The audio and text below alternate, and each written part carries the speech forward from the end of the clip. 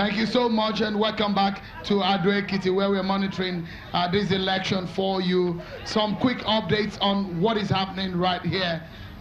Here you can see some agitated voters. There are two queues actually. I think the situation here where some people will think the queue is getting delayed because of some people who they say are chanting the queue. So I mean the elderly are queuing up here, and let's find out from one of the voters. Mr. Adekunle here is on the queue also and is ready to talk to us about the process. How has it been going so far? Well, so far so good. Everything has been going so smoothly. We just had a malfunction card reader here, which has just been sorted out, and the queue is now moving. As you can see, we have a lot of people, and the turnout is quite impressive. And you can see the population. If you see the segmentation of voters, we have a lot of youths, and I believe the youths of this country can actually decide the future of this country. Are you impressed with the conduct? I mean, this has been a very peaceful election. The fact that people have been talking of militarization, I can say that everything is peaceful. There's no militarization, there's no use of force. Everybody is voting according to the dictates of their countries. Thank you so much, Mr. Adekunle.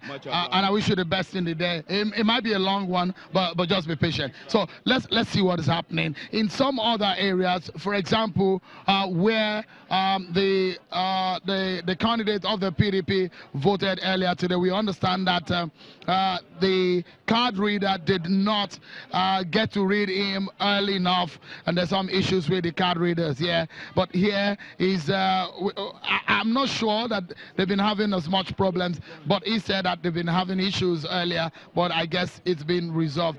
INEC had earlier said that it will not take so much time to replace any of the card readers should they malfunction.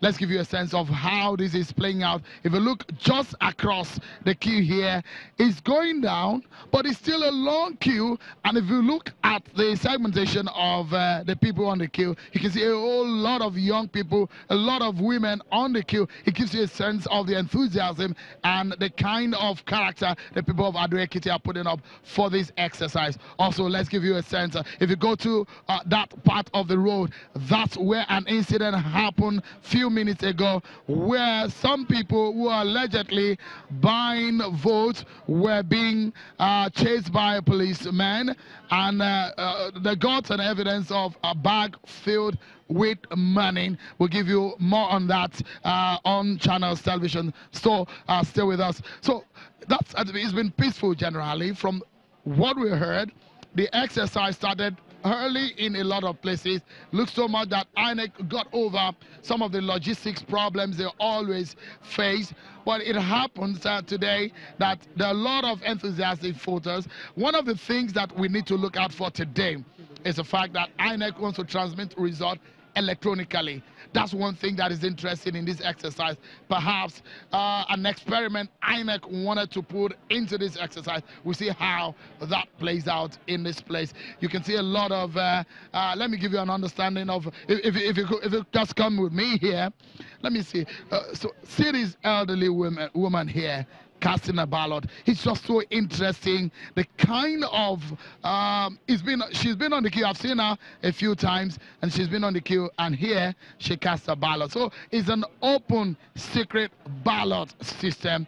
After you get accredited, you go over to get your ballot paper, and you come to this place to cast your ballot. That's been the exercise. So he's been accredited, and this is what happens. He gets the explanation on how the exercise will go. So he then takes his ballot paper, and he will exercise his franchise. Very interesting side of democracy, isn't it? So just let's wait for him, and let's see how this all pans out today. One of the young voters that we're seeing out here today. So he gets to do this, and there you go. Into the ballot box. So it's a transparent one, and this is the judgment box where all the ballots and the votes are going into. Interesting.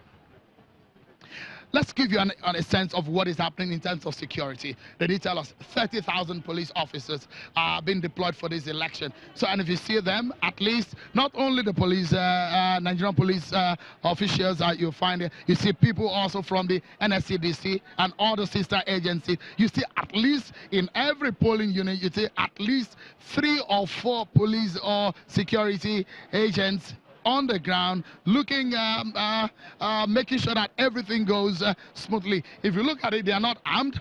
They're just making sure that everything goes as smooth as possible. But that has been an interesting part of it. We keep tabs on the situation. We're at the Jonathan Memorial School in Ajilosun area of Ekiti. And it's back to you now in Lagos.